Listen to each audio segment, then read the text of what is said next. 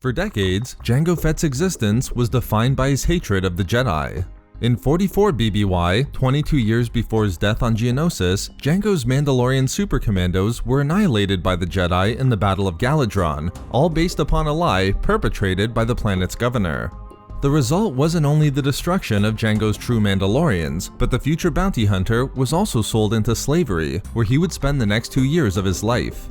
This event, and the resulting hatred Jango had for the Jedi, is what would push him into an alliance with the Sith to become the genetic template of their clone army. Confirming to Dooku himself, he was hopeful the army would one day lead to the destruction of the Jedi Order. But despite his hatred for the Jedi during the years before the outbreak of the war, there was an event that would see Jango actually work together with a single Jedi Master, which in the end resulted in the bounty hunter actually coming to respect the efforts of the Jedi. This was the Jedi Master Yarael Poof.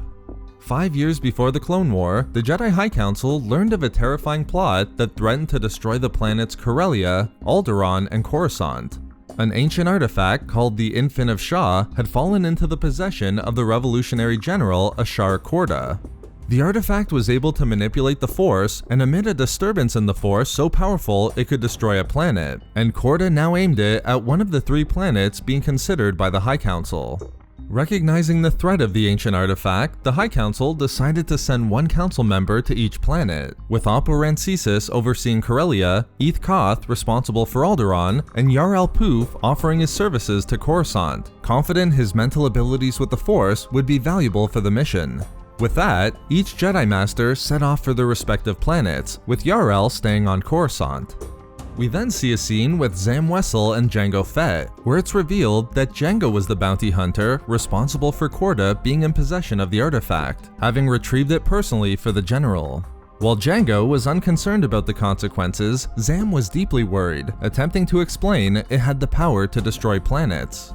Eventually, playing into Jango's love for his son Boba, Zam was able to get Jango to join her to stop the artifact from being used. Although they were bounty hunters, they weren't going to accept the indiscriminate murder of billions.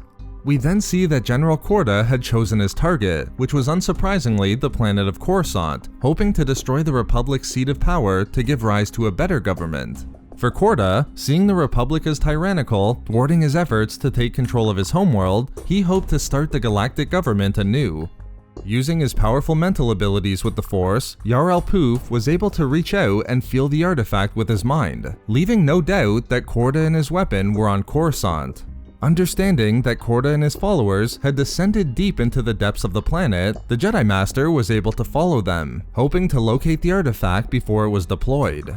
Jango and Zam were also able to track Korda and the artifact to Coruscant, and knowing that only a small force existed, they were able to conclude that Korda merely wanted to plant the explosive device to create as much damage as possible. From there, given Jango's knowledge of the planet, they were able to predict that Korda would target Coruscant's power relays within the planet's core, hoping to create a chain reaction. The bounty hunters were exactly right, as Korda and his followers eventually made their way to one of the planet's power relays, what the general referred to as Coruscant's heart, and more than capable of being the catalyst for the resulting disturbance in the Force. As Korda was about to use the artifact, both Yarael and the team of Jango and Zam descended upon the general, with the Jedi warning Korda not to proceed any further, much to the shock of the bounty hunters as well. With the general having no intention of surrendering, he ordered his followers to kill the Jedi and the bounty hunters, igniting a deadly confrontation. While the Jedi and the bounty hunters were fighting the followers, Korda was able to begin the procedure of creating a disturbance in the Force. With many of his followers dead, Yarael turned his lightsaber upon the general himself, using it to remove the hand pointing a blaster at him.